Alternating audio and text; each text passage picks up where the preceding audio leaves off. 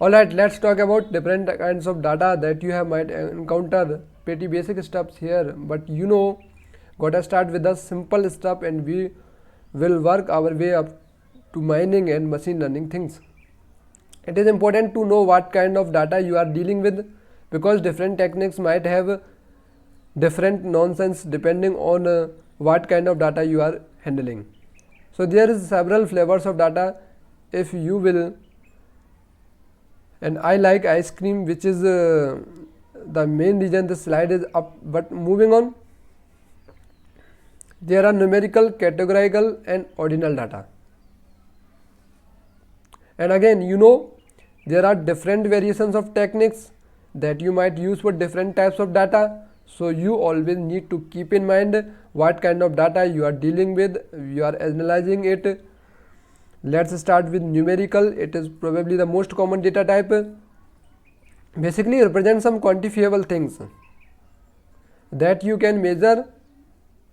Some examples I have here: heights of people, page load times, stock prices, things that vary, things that you can have a big range of possibilities. And now there is basically two kinds of numerical data. So a flavor, if there is a discrete data which is integer based. For example, that could be counts of some sort of event. Some examples here: how many purchases or did a customer make? Well, that can only be discrete values. They bought one thing, or they bought two things, or they bought three things. They could not have bought 2.25 things or 33/4 things. It's a discrete value that has an integer restriction to it. The other type of numerical data is continuous data. This is stuff that has an infinite range of possibilities where you can go into fractions. So for example, going back to the height of people, there is an infinite number of possible heights with people. You could be 5 feet and 10.37625 inches tall or whatever, and or the time it takes to do something like check out on a website could be any huge range of possibilities. 10.7625 seconds for all you know, or how much rain fell on a given day. Again, there is an infinite amount of precision there. That's an example of continuous data. So to recap, numerical data, something you can measure quantitatively with a number, and it can be either discrete where it is integer based like some sort of event count, or continuous where some are infinite precisions that you can have available to that data. The second type of data that we are gonna talk about is categorical data, and this is data that has no inherent numerical meaning. You cannot really compare one category to another directly. Things like gender, yes no questions, race, state of residence, product category, political party, you can assign numbers to these categories, and often you will, but those numbers have no inherent meaning. So for example, I can say that the area of Texas is greater than the area of Florida, but I cannot just say Texas is greater than Florida. I mean, they are just no real numerical quantifiable meaning to them. It's just ways that we categorize different things. Again, I might have some sort of numerical assignation to each state. I mean, I could say that Florida is state number 3 and Texas is state number 4, but there is no real relationship between there and for there, right? It's just sort of a shorthand to more compactly represent these categories. So again, categorical data does not have any intrinsic numerical meaning. It's just a way that you are choosing to split up a set of data based on categories.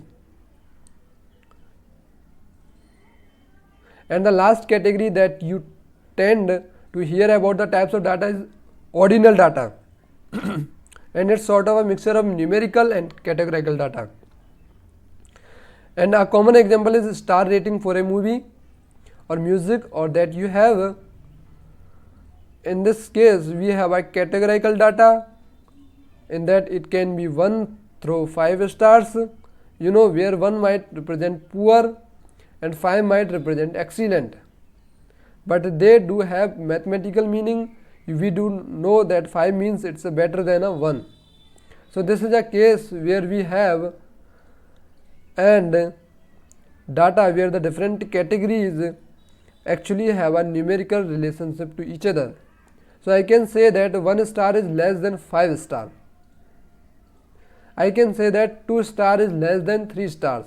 I can say that 4 star is greater than 2 stars in terms of measure of qualities. So it's sort of in the middle there. You can also think of, you just thought if it as the actual number of stars as discrete numerical data. So definitely a fine line there, and in a lot of cases you can actually treat it that way. So there you have it, the three different, there is numerical, categorical and ordinal data. Let's see if it sunk in. Don't worry, I am gonna go and pass in your work or anything, quick quiz. So for each of these example, in the data, numerical, categorical or ordinal, let's start with how much gas is in your gas tank. What do you think? Well, the right answer is numerical. It's a continuous numerical value there, because you can have any infinite range of possibilities of gas in your tank. I mean, yeah, there is probability, some upper limit how too much gas you fit in it, but there is no end to that number of possibility values of how much gas you have. It could be 3/4 of a tank, it could be 7/16 of a tank, and it could be 1/pi of a tank. I mean, who knows, right? How about if you are reading your overall health on a scale of 1 to hour, where those choices correspond to categories: poor, moderate, good and excellent? What do you think? Well, that's a good example of ordinal data. It's a very much like our movies rating data, and again, depending on how you model that, you could probably treat it as discrete numerical data as well, but technically we are gonna call that ordinal data. However, the races of your classmates, what nationality are they, and pretty clear example of categorical data. You cannot compare yellow people to green people, right? They are just yellow and green. Just pick two random races that don't exist, but they are categories that you might want to study the difference between on some other dimensions. However, the ages of your classmates here in this class in years, a little bit of a trick question here. If I said it had to be an integer value of years, like 40, 50 and 55 years old, then that would be discrete numerical data. But if I had more precision, like 40 years, 3 months and 2.67 days, then that would be continuous numerical type. But either way, it's a numerical data type. And finally, money spent in a store, again that can be an example of continuous numerical data. So again, this is only important because you might apply different techniques to different types of data, and there might be some concept where we do one type of implementation for categorical data and different type of implementation for numerical data, for example. So that's all you need to know about the different